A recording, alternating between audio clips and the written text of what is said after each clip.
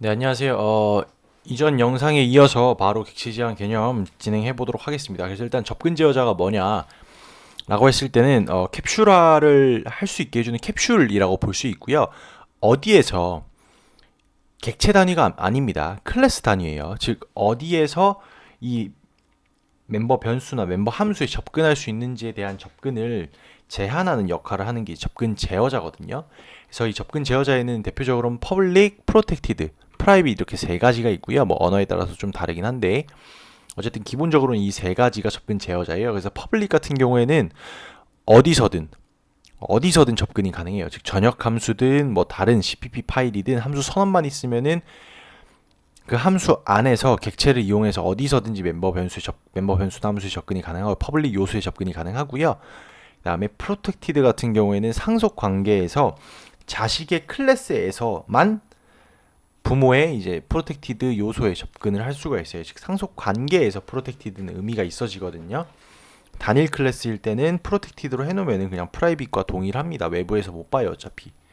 네, 이제 상속 관계에서만 프로텍티드 요소를 이제 접근을 할 수 있다라는 거고요. 그 다음에 이제 프라이빗 같은 경우에는 내 클래스에서만 내 클래스의 멤버 함수죠. 그렇게 정확히는 내 클래스의 멤버 함수에서만 접근을 할 수가 있어요. 프라이빗 요소에.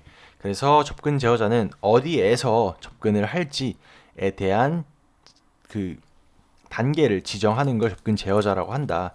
핵심은 어디에서입니다. 객체 단위가 아니라 클래스 단위로 나뉘어요. 클래스에서만 같은 클래스 내에서만 접근할 수 있는 게 프라이빗이고 프로텍티드는 자식 클래스 내에서만 접근할 수 있는 게 프로텍티드입니다. 퍼블릭은 어디서든 접근할 수 있는 게 퍼블릭이기 때문에 뭐 다른 전역 함수나 다른 파일에 있는 다른 클래스에 있는 객체만 있다면은 어디서든 접근이 가능한 게 퍼블릭입니다.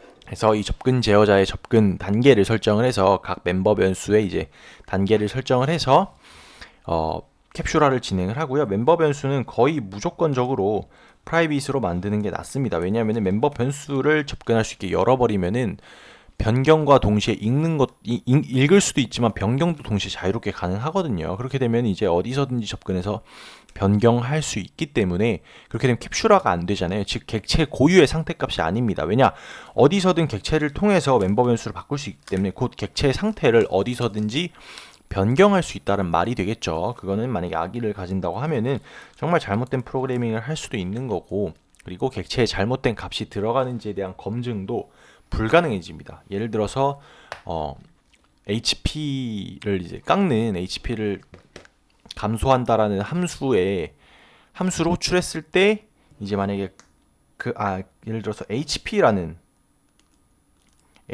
멤버 변수를 어디서든 접근할 수 있다고 한다면은 그냥 말 그대로 어디서든 접근해서 HP를 변경을 해버리겠죠. 그럼 안 되잖아요. 즉 HP의 변경은 뭐다? HP를 감소한다라는 함수에서만 변경이 가능하도록 해야 됩니다. 이게 이제 객체가 가진 행동, 자신의 상태값에 대해서 책임을 질 수 있게 해주는 거고요. 이 책임을 짐으로써 객체는 좀 더 독립적인 그런 걸 유지를 할 수가 있게 되죠. 즉 객체의 고유성을 유지를 할 수가 있어요. 이 객체가 맡은 역할 그리고 책임에 대해서 객체에 좀 더 한정을 해서 명확하게 객체마다 그 역할을 구분하고 서로 협력을 할 수 있는 협력 관계를 짜는데 용이하기 때문에 객체의 상태값은 외부에서 마음대로 접근해서 변경하지 못하게 해야 되고 읽는 것도 값을 읽는 것도 문제가 되죠. 아니 값을 읽는 건 어쨌든 문제가 안 되는데 뭐 포인터 같은 걸 그냥 접근해서 다른 데 담아다가 뭐 이것저것 가지고 다니면 사용한다든지 뭐 그럴 수가 있기 때문에 멤버 변수는 무조건 프라이빗으로 이제 만들어 주는 게 거의 원칙이고 거의 대부분 그렇게 합니다. 상황에 따라서 뭐 프로텍티드도 할 수 있는데 대부분 프라이빗입니다.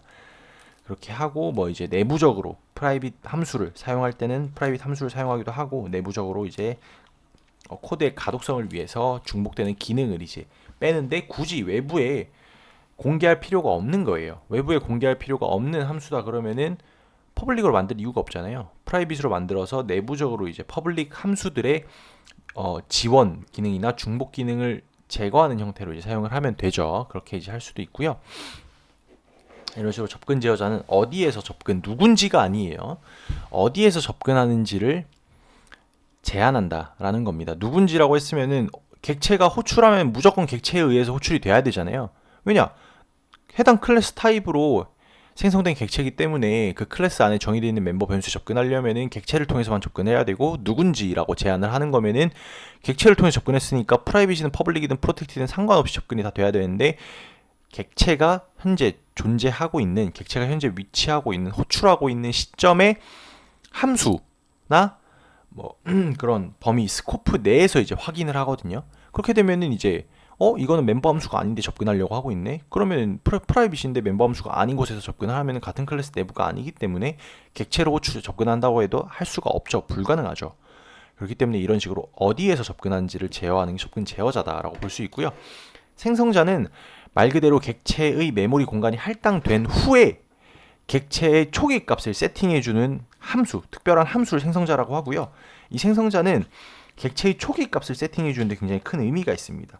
그래가지고 이제 그 객체 메모리를 할당을 할 때도 new 키워드를 사용하는 이유고요. 왜냐면은 메모리 할당 후에 이제 생성자를 사용을 해서 생성자를 호출함으로써 객체의 초기 값을 무조건 세팅을 하게 돼 있거든요. 그러니까 초기 값이 세팅을 안 해주기도 해요. 자바 같은 경우는 해주지만 C나 C++ 같은 경우에는 생성 시에 사용자 정의 타입으로 객체를 생성할 때에 이제 초기 값을 생성을 안 해주죠. 세팅을 안 해주죠. 그래도 클래스 같은 경우는 기본 생성자가 호출이 됩니다. 기본 생성자라는 것은 디폴트 생성자를 의미하는데요. 디폴트 생성자는 아무것도 정의되지 않은, 아무 작업도 하지 않는 그냥 껍데기 생성자인데, 어쨌든 생성자는 호출해야 되기 때문에 디폴트 생성자를 호출해주고요. 이 생성자가 하는 역할은 이미 할당된 메모리에 메모리 레이아웃, 메모리에 이제 그 안에 멤버 변수 값들을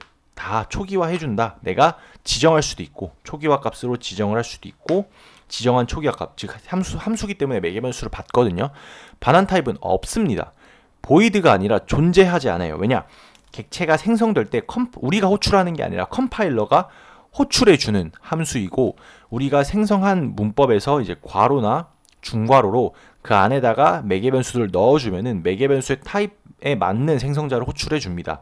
그리고 복사 생성자를 호출해 줄 수 있고, 그런 건 이제 컴파일러가 알아서 이제 우리가 오버라이딩 해놓은 생성자 중에서 하나를 호출해 주게 되는데요.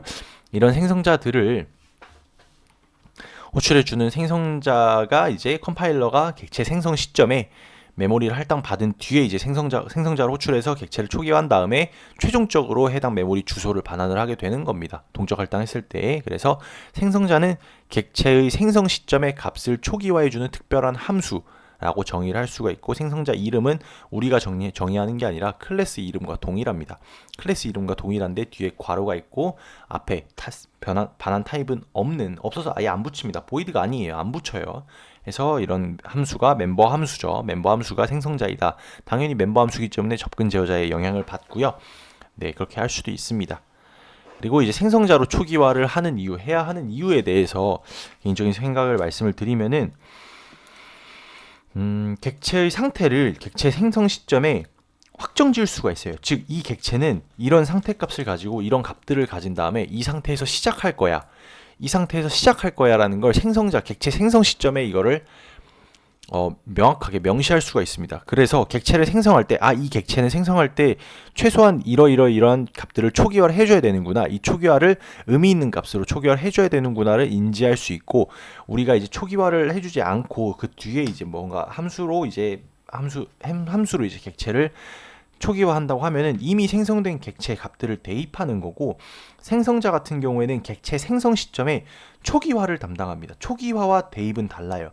초기화할 수 있는 멤버 변수들이 있고 대입이 불가능한 멤버 변수가 있습니다. 그래서 초기화와 대입은 분명히 다르다. 초기화는 객체의 생성 시점에 빈 메모리 공간에 객체를 생성하기 전, 완벽하게 생성했다고 하기 전에 이제 값을 초기화해주는 그런 작업들을 초기화라고 하는 거고요. 대입은 객체가 생성된 후에 객체의 값을 변경하는 걸 대입이라고 해요. 그렇게 되면은 애초에 변경할 수 없는 값들이 있겠죠. C++에서는 예를 들어서 컨스트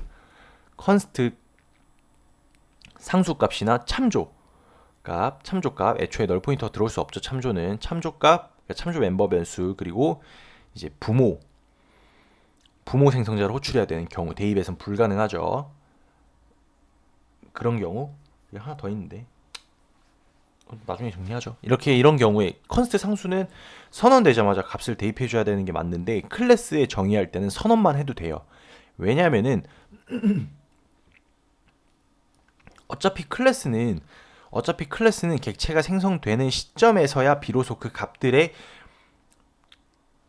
값들이 실제로 이제 값으로서 사용이 되게 되는데, 메모리 공간에 실제로 올라가는 거는 클래스에 정의될 때가 아니라 객체가 생성됐을 때잖아요.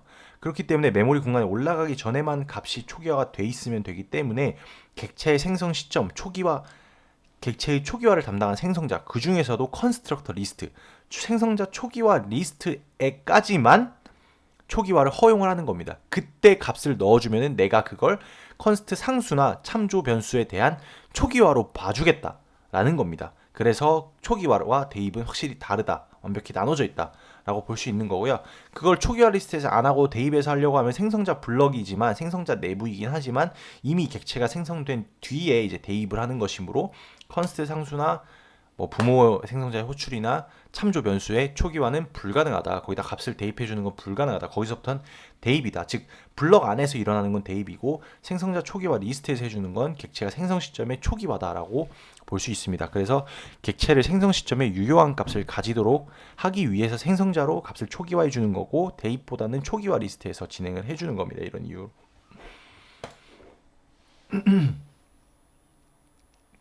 다음 이제 getter setter라는 게 있는데요. 이 getter setter는 멤버 변수가 프라이빗이잖아요.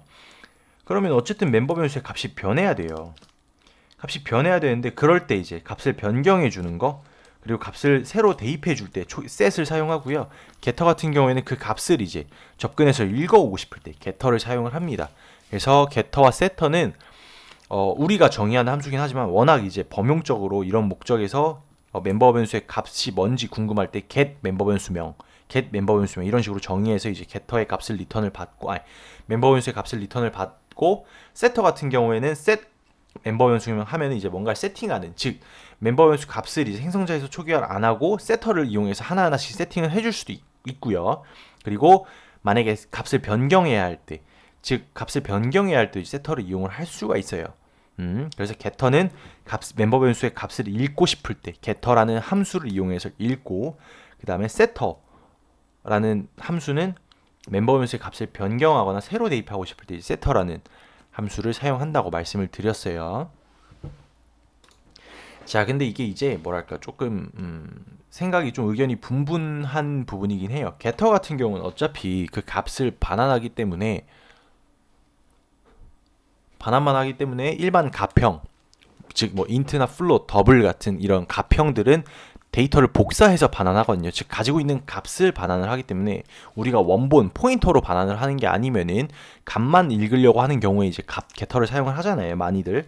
그렇기 때문에 값만 읽으려고 하기 때문에 뭐 값을 복사해서 전달해 주는 건 상관이 없어요. 어차피 사본을 리턴하는 거고, 그래서 뭐 상관이 없는데, 포인터 같은 경우에 getter를 반환을 하게 되면 조심해야겠죠. 원본이 바뀔 수 있으니까. 그럴 경우에 이제 컨스트 참조를 이용을 해서 반환을 하게 되면은, 그 경우에는 이제 뭐랄까 새로운 주소의 대입, 즉 컨스트 변수 반환된 주소에 새로운 주소의 대입도 안 되고 주소의 변경도 안 되고, 그리고 이제 그 주소 가지고 있는 주소로 역참조해서 갔을 때 값의 수정도 안 되죠. 실제 원본의 값도 변경이 안 되기 때문에 컨스트 참조로 반환을 하게 되면 포인터도 좀 안전하게 반환을 할 수가 있어서 getter 같은 경우는 뭐 자주 사용을 합니다. 거의 모든 멤버 변수, 즉 값을 읽어야 되는 멤버 변수, 내가 외부에서 값을 받아봐서 이 값으로 뭔가를 해야 될 때, 값이 필요할 때는 getter를 대부분은 이용을 합니다. getter는 열어둬요. setter 같은 경우에는 조금 애매한 부분이 있어요. 왜냐, 값을 세팅한다라는 의미에서 이제 대입할 때 생성자 호출이 끝나고 객체 생성이 완료된 다음에 그 객체의 값을 대입할 때 setter를 많이 쓰거든요. 그러면 이제 생성자에서 초기화를 하는 거랑 setter를 사용하는 거 뭐가 다르냐? 대부분 이제 setter를 사용하는 경우는 이제 init이라는 초기화 함수를 만들어서 그 안에 이제 setter를 몰아두고 이제 init 한 번에 이제 setter에다 다 값을 세팅을 해주거든요. 그러면 객체 생성할 때 생성자에다가 값을 넣어주면 되지 않냐? 그리고 나중에 이제 어쩔 수 없이 객체를 생성하는 시점에 그 값을 알 수 없는 경우에, 즉 생성자를 통해서 그 객체의 값을 세팅할 수 없는 경우에만 이제 세터를 열어 사용하는 게 낫지 않을까라는 게 제 생각이고, 만약에 그 모든 값들을 다 알 수 있는 상황이라면은 굳이 세터를 열어두고 객체를 빈 껍데기로 생성을 한 다음에 그 값을 세터로 대입을 해줘야 되냐? 라는 부분인 거죠. 세터 함수 호출해야 되고, 매개 변수 전달하게 되면은 그 매개 변수가 값형이라면 어쨌든 값 복사를 해야 될 테고, 뭐 크진 않겠지만, 그리고 뭐 그런 부분도 있으니까. 그래서 세터에 대해서는 조금 이야기할 게 많은데 그건 뒤에서 바로 말씀을 드리도록 하겠습니다. 일단은 세터를 되게 무조건적으로 열어놓는 거는 저는 조금 지양하고 싶다는 말씀을 드리고 싶습니다. 왜냐면은 이렇게 되면은 결국에는 멤버 변수의 값을 자유롭게 쓸 수 있는 거다 마찬가지거든요. 왜냐면 세터 같은 경우는 대부분 퍼블릭 메서드로 퍼블릭 멤버 변수를 열어두기 때문에, 세터를 열어둔다고 표현을 하는데 세터로 열어두기 때문에 그냥 멤버 변수에 내가 세터 호출해가지고 값 넣으면은 타임만 맞으면 그냥 어떤 값이든 들어가는 거예요. 나이인데 나이 값을 인트로 제가 만약에 만들었어요. 인트 age에서 해놨는데 세터에다가 그냥 21억 넣으면은 나이가 21억 살 되는 거거든요. 이런 식으로 이제 검증이 좀 힘든 부분도 있고, 그 다음에 물론 세터 함수 내부에서 조건을 통해서 너무 비정상적인 값이 들어오지 않도록 세터 안에서 이제 할 수 있는 건 장점이긴 해요. 이것 때문에 이제 멤버 변수를 프라이빗으로 잠궈두고 게터와 세터를 이용하는 이유 중에 하나겠죠. 근데 세터라는 그 함수명 자체가 저희가 이제 퍼블릭 함수를 외부에다 제공을 함으로써 그런 추상화를 진행을 하고, 외부에서는 이 객체를 봤을 때 이 객체는 이 기능들을 가지고 있고 이런 역할을 하는 객체구나라고 지레짐작할 수 있도록 추상화해 놓는다고 말씀을 드렸잖아요, 함수를. 근데 세터만 보고는 여기서 정확히 어떤 걸 하는지, 정말 값만 세팅을 하는지, 그럼 어떤 에러 처리를 하고 있는지, 오류 검사를 하고 있는 잘못된 코드를 검증을 하는지 등부터, 그다음에 뭘 반환할 건 없겠죠. 근데 세팅한 다음에 세팅 결과를 반환할 수도 있는데 그럼 세터로 짓는 게 맞느냐라는 부분부터 해가지고 조금 뭐랄까, 이 함수만 봤을 때 어떤 일을 하는지 명확하게 안 떠오르는 경우가 있어요. 물론 세터는 세터대로 사용하는 게 제일 좋아요. 그냥 값만 단순하게 대입하는 용도로 사용을 하는 게 좋은데, 그 관점에서 봤을 때는 정말 멤버 변수의 상태값의 초기화는 어떻게 보면 세터를 사용해서 한다는 건 초기화하겠다는 거거든요. 동작은 대입처럼 동작을 하는데 객체 생성한 다음에 세터로 값을 세팅해 주겠다라는 의미잖아요. 세터가 세팅하는 뭔가. 그렇기 때문에 값을 세팅하는 용도로 사용을 한다라는 건데, 그렇게 할 거면은 생성자에서 값을 세팅을 하고 멤버 변수의 값을 변경해야 될 때도 세터를 사용해야 하나 그런 의문이 들 수도 있거든요. 변경이라는 거는 프로그램이 실행되면서 전투 장면에서 HP가 계속 변경돼야 되잖아요. 이런 것도 이제 세터로 만들어 놓을 수도 있어요. set HP. 그러면은 내가 HP를 새로 세팅하는 의미는 아니잖아요. 변경 중에 HP가 계속 줄어들어야 되는데, 전투 중에 줄어드는 개념인데 이거를 set HP로 호출해서 한다 그러면은 내가 HP를 계속해서 세팅해야 되는 건가? 물론 안에서 동작하는 같다고 해도 함수 시그니처만 보고는 이 함수를 호출하는 게 맞는지에 대한 의문이 든단 말이에요. 아니, HP 감소하는 메서드 없나? 뭐 그런 거 있죠. 마이너스 HP 뭐 그런 함수가 있으면 더 좋겠는데 라는 거죠. 그래서 생성자를 통해서 객체의 초기화를 진행을 하고, 이렇게 되면 세터를 사용할 이유가 없죠. 그리고 멤버 변수의 값을 변경해야 될 때는 그 상황에 맞는 그 기능적인 함수 시그니처를 가진 그 기능을 명확하게 이 함수로 호출하면은 멤버 변수가 어떤 건지 모르겠지만 이게 상태값이 변경이 된다라는 그런 의도를 가진 함수 시그니처를 가진 멤버 함수를 구현을 하는 게 세터를 최소화할 수 있지 않을까. 일단 세터가 정말 필요한 상황, 즉 객체를 생성하는데 꼭 필요한 값이 객체 생성 시점에는 절대 알 수 없는 값이에요. 받아올 수 없어요. 그러면은 그거에 대한 세터는 열어둬야겠죠. 진짜 값을 세팅하는 이유로. 근데 멤버 변수의 값을 변경하는 목적으로 사용을 할 때는 set 뭐뭐뭐가 아니라 뭐 change 아니면 마이너스 뭐 이런 식으로 내가 의도를 명확하게 표현할 수 있는 함수 시그니처를 가진 멤버 함수를 구현을 해서 멤버 변수의 값을 바꾸자. 이래야 객체의 행동을 보고 객체가 오픈한 퍼블릭 멤버 함수들을 보고 짐작할 수 있다. 이걸 객체를 사용하는데 전혀 문제가 없을 수 있다. 라는 겁니다. 헷갈리지 않을 수 있다라는 거에서 세터를 이런 식으로 좀 사용해보면 어떨까. 즉 정말 세팅을 위해서 사소한 거 하나까지로 세터를 열어두기보다는 최대한 생성하는 시점에 받아올 수 있는 값들은 받아와서 객체를 생성을 한 다음에 정말 받아올 수 없는 값들에 대해서만 세터를 열어두고 그리고 멤버 변수의 값을 변경을 하려고 한다면은 의미 있는 이름을 가진 멤버 함수를 선언 및 정의해서 외부에다가 퍼블릭 메서드로 제공하는 겁니다. 기능으로 제공하는 거예요. 그렇게 되면은 몬스터 같은 경우에는 이제 자신의 HP를 자신이 가지고 있기 때문에 자신이 가진 상태에 대해서 책임을 져야 되고요. 그 기능은 이제 행동, 자신의 behavior, 메서드로 제공을 하는 겁니다. 이렇게 해서 외부에서 전투하면서 이제 몬스터의 이제 HP를 깎는 거죠. 그런 식으로 이제 진행이 될 수 있을 것 같습니다. 네, 여기까지 하겠습니다. 감사합니다.